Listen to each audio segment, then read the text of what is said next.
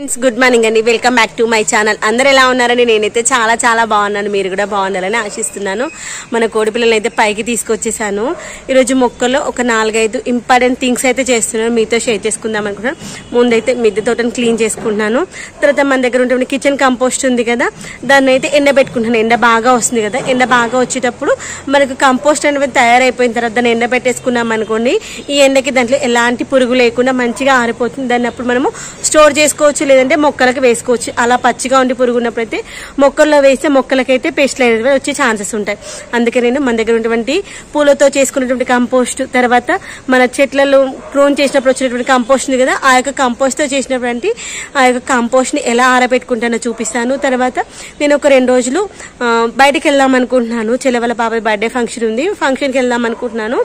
అందుకోసం మనం ఒక 2 రోజులు లేదా ఒక రోజు మనం ఊరు వెళ్తే మన మొక్కలకు నీళ్లు పోయడానికి ఎవరు ఉండరు కాబట్టి అప్పుడు మొక్కలకి నీళ్లు పోసుకోకుండా ఒక రోజు మనము ఎలా సేవ్ చేసుకోవచ్చు అనేటువంటి ఒక టిప్ అయితే చెప్దాం అనుకుంటున్నాను. ఐ హోప్ నచ్చుతుంది అనుకున్నా, హెల్ప్ అవుతుంది అనుకున్నా. నచ్చినట్లయితే లైక్ చేయండి, షేర్ చేయండి.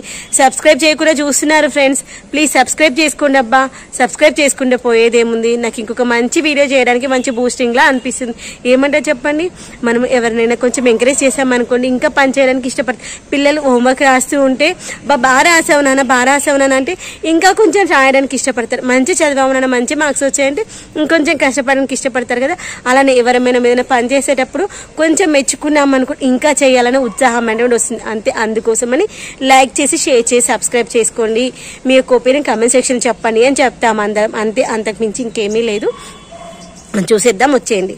మనము మొక్కలకి వాటర్ ఇచ్చేటప్పుడు ఇలా ప్లెయిన్ వాటర్ ఇవ్వకుండా మొక్కలకు కాస్త ఎనర్జెటిక్ వాటర్ ఇవ్వాలి. దానికోసం మనము కూరగాయలను ఎలా ఆర్గనైజ్ చేసుకోవాలంటే ఒక వీడియో పెట్టాను కదా, దాంట్లో మనం అవన్నీ సర్దేటప్పుడు మనకు కొన్ని ఖరాబ్ అయిన వెజిటేబుల్స్ వస్తాయి కదా, టమాటాలు కావచ్చు, పచ్చిమిర్చి, కరివేపాకు, అవన్నిటిని ఇలా నేను ఒక బకెట్లో వేసేసి మంచిగా నానబెట్టేసుకున్నాను 1 day 2 days. ఆ యొక్క వాటర్ అనమాట, వీటిని నేను మొక్కలకి డైల్యూట్ చేసుకొని ఇచ్చుకుంటాను. ఇదిగోండి, ఒక 500 ml 10 liters